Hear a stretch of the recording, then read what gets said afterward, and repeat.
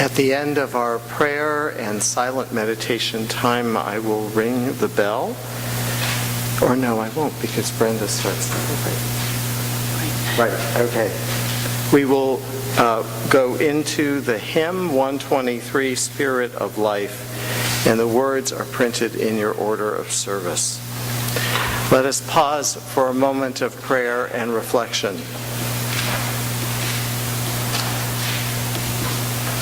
O Mother, the earth, O Father, the sky.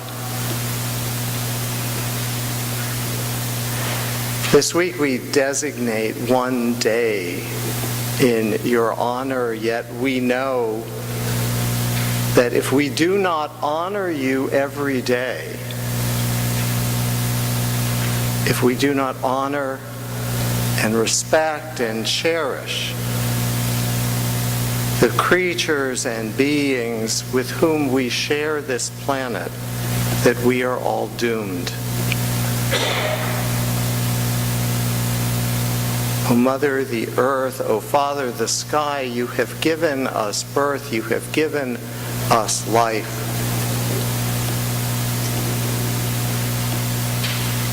We gather this morning to reflect on all of the gifts that we receive from this blessed planet, from this sacred ground on which we stand, that is around us, that infuses our being. Let us bless each other in this sacred planet by remembering to walk gently and to hold in our hearts all the sorrows and joys of this community and of the world around us. Amen.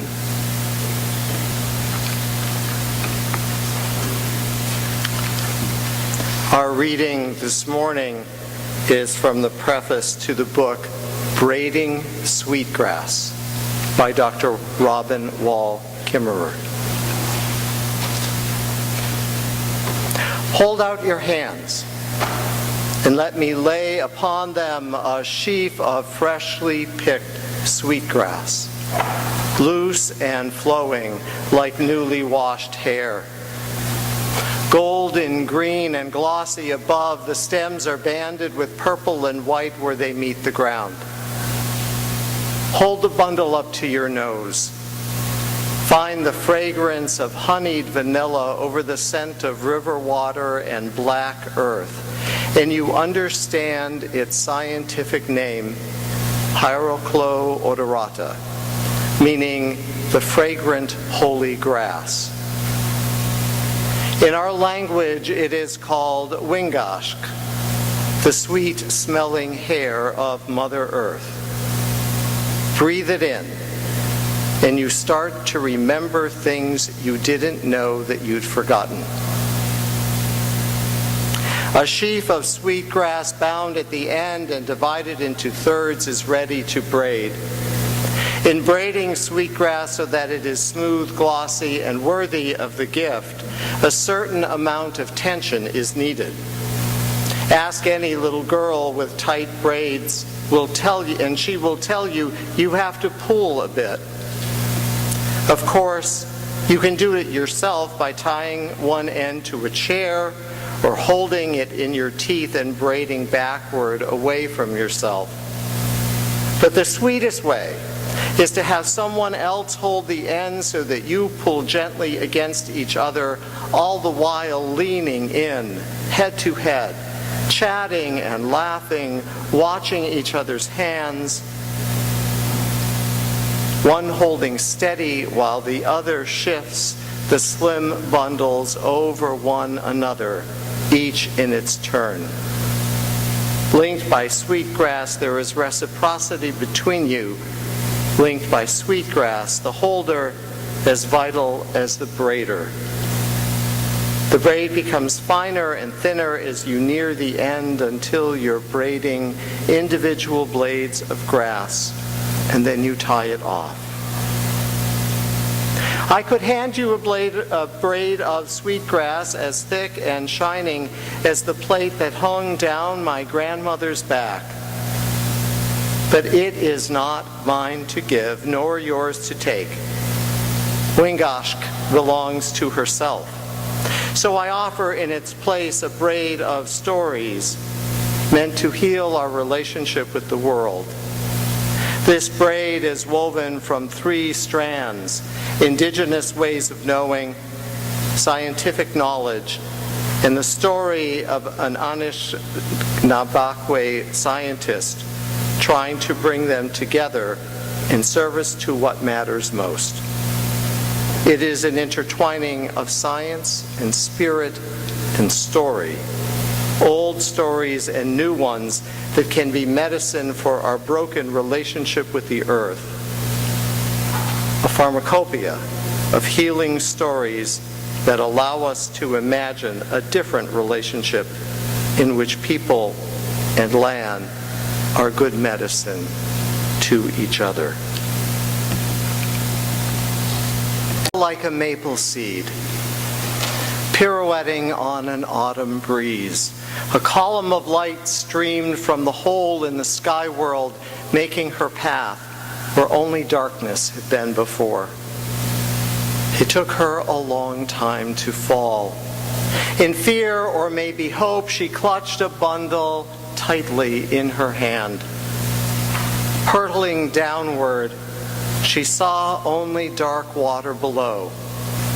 But in that emptiness, there were many eyes gazing up at this sudden shaft of light. They saw there a small object, a mere dust mote in the beam. As it grew closer, they could see that it was a woman. Arms outstretched, long black hair billowing behind as she spiraled toward them. The geese nodded at one another and rose together from the water in a wave of goose music. She felt the beat of their wings as they flew beneath to break her fall. Far from the only home she'd ever known, she caught her breath at the warm embrace of soft feathers as they gently carried her downward. And so it began. The geese could not hold the woman above the water for much longer, so they called a council to decide what to do. Resting on their wings, she saw them all gather: loons, otters, swans, beavers, fish of all kinds. A great turtle floated in their midst and offered his back for her to rest upon. Gratefully, she stepped from the goose wings onto the dome of his shell. The others understood that she needed land for her home and discussed how they might serve her need. The deep divers among them had heard of mud at the bottom of the water and agreed to go find some. Loon dove first, but the distance was too far, and after a long while he surfaced with nothing to show for his efforts. One by one, the other animals offered help: otter, beaver, sturgeon.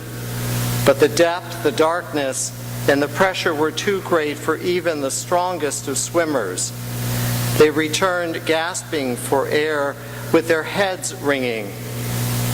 Some did not return at all.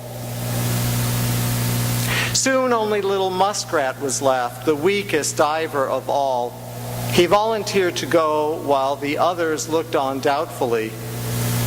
His small legs flailed as he worked his way downward, and he was gone a very long time. They waited and waited for him to return, fearing the worst for their relative, and before long a stream of bubbles rose with the small, limp body of the muskrat. He had given his life to aid this helpless human. But the others noticed that his paw was tightly clenched, and when they opened it, there was a small handful of mud. Turtle said, "Here, put it on my back and I will hold it."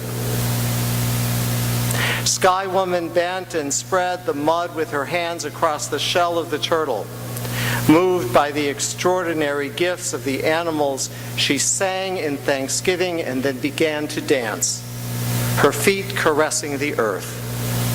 The land grew and grew as she danced her thanks from the dab of mud on Turtle's back until the whole earth was made.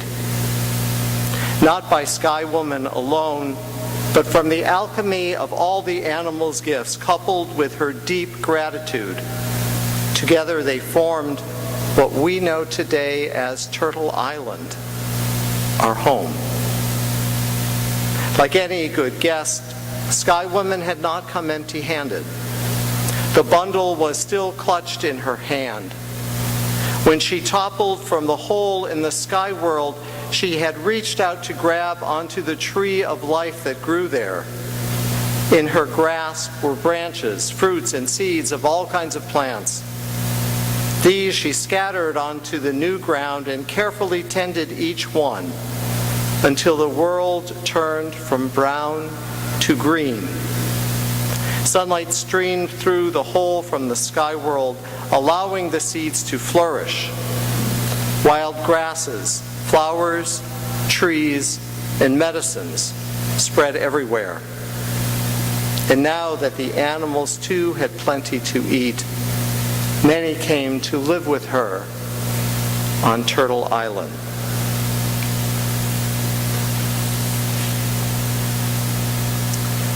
I recently became aware of the work and wisdom of Dr. Robin Wall Kimmerer, whose book Braiding Sweetgrass provides the basis for much of what I am sharing with you this morning.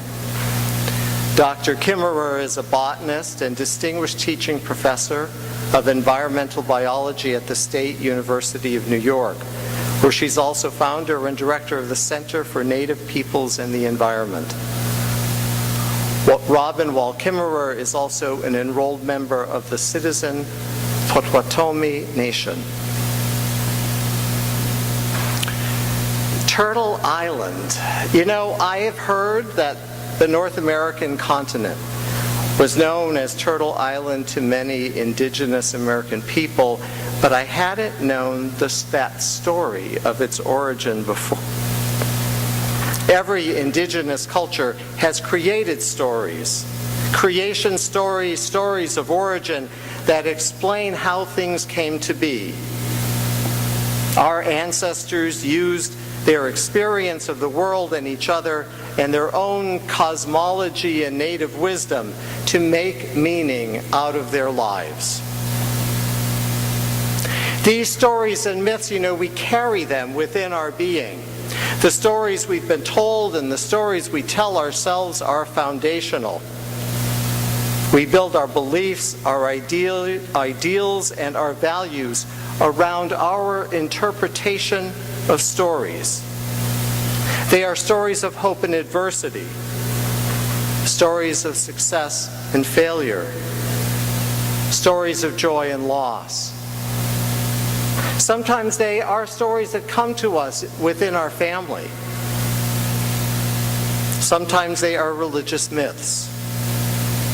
And sometimes they are tales of who we are as a nation or a people. But whatever the stories and where they come from, they are critical to our sense of ourselves and our place in the world.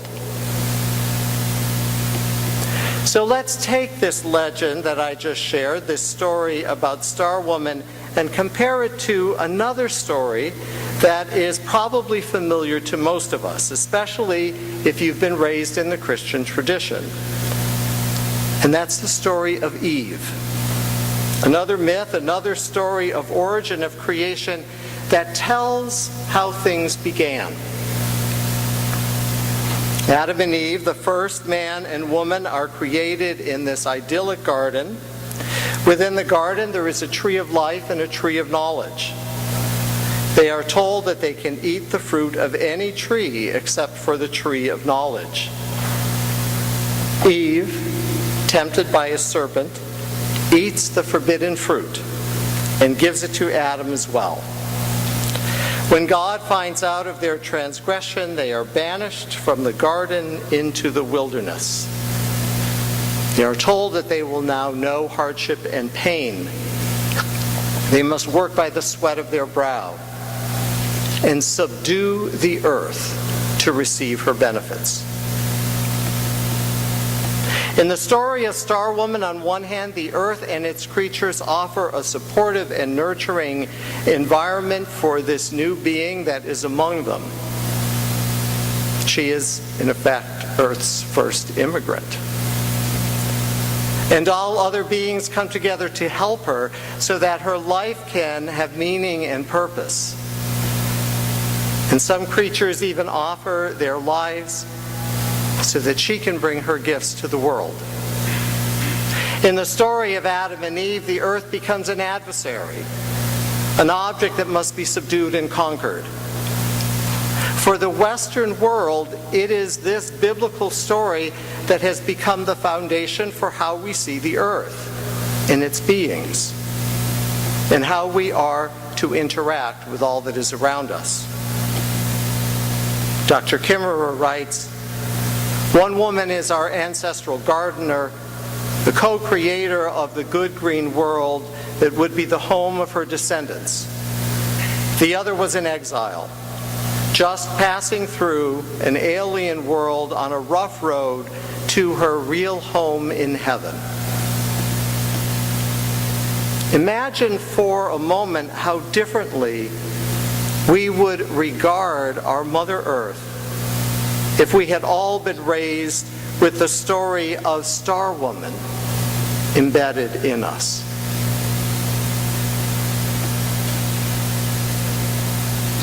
The language we use also plays a central role in how we see things around us. Dr. Kimmerer once again tells the story of a gathering of her people several years ago at which all the remaining native speakers would be present. There were 9 of them, and the youngest was 75. To prevent their language from being completely lost, tribal elders began offering an online course so that anyone could learn the language. One thing that is at first most difficult for her is what I would call the philosophy behind the language. English, for example, is an object-based language. Only 30% of the words in the English language are verbs. In Potawatomi, her native language, 70% of the words are verbs. Cape Cod Bay, for example, just outside our door here, this beautiful bay that is so much a part of our consciousness, especially here on the outer Cape, is a verb in Potawatomi. She writes, "A bay is a noun only if water is dead. When bay is a noun, it is defined by humans trapped between its shores and contained by the word. But the verb wikwagama, to be a bay, releases the water from bondage and lets it live."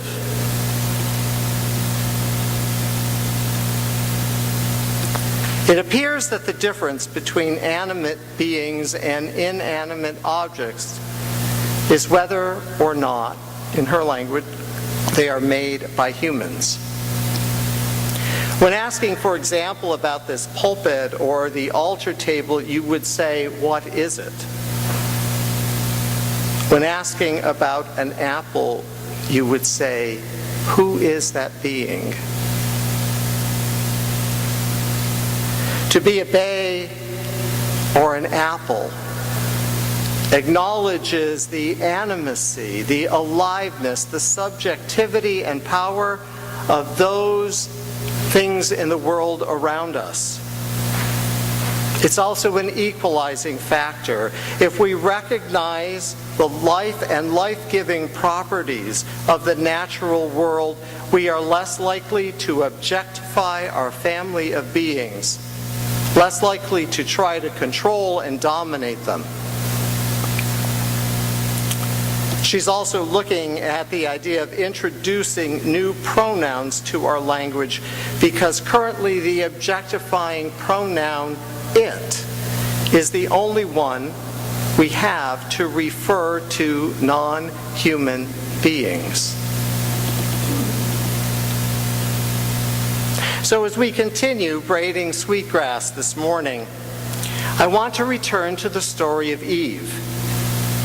This biblical creation story is so embedded in our culture and our consciousness that I think we need to retell it and recast that myth so that we might give it a new meaning for our lives and our world. As you will notice, the major narrative points remain the same, but they are interpreted and imagined to give them new meaning. So here is how I have learned from my feminist theologian friends to tell that story. God creates the first man, Adam, and the first woman, Eve, and gives them a garden where all their needs are taken care of. Among the plants in the garden were a tree of life and a tree of knowledge. The God of this myth wants human beings to remain childlike, subservient, and so tells them that they can eat from any plant in the garden except for the tree of knowledge. Eve, every woman who, let's face it, is stronger, smarter, and more courageous than her male counterpart, well, Eve will have none of this subservient BS. When she decides to eat from the tree of knowledge, human consciousness is born. Human beings rise from their childlike state and now know both joy and sorrow, happiness and pain. God, the God of this story, begins to withdraw from the story because God can no longer control these creatures that have been made. This marks the dawn of free will, and human beings develop our own agency, our own ability to think and act for ourselves.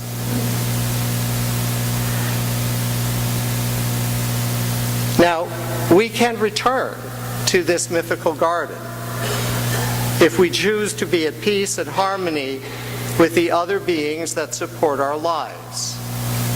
Or we can continue the disastrous road of standing in opposition to these sustaining life forces. It really is up to us. Throughout our lives, we are constantly braiding sweetgrass. It's a wonderful metaphor. Weaving three strands. The stories that give meaning to our spirits. Personal experience and scientific and human knowledge. Unfortunately, we often braid alone. Our individualistic culture tells us that we have to succeed in this wilderness, this dog-eat-dog world by ourselves. The wisdom that we glean from many ancient sources, the wisdom that we glean from braiding sweetgrass, tells a different story, one of working together, each taking our turn, weaving the braid, each taking our turn, holding and offering support. As we braid, we tell our stories, laughing and singing all the while. Isn't this the way it was meant to be? Amen, and blessed be.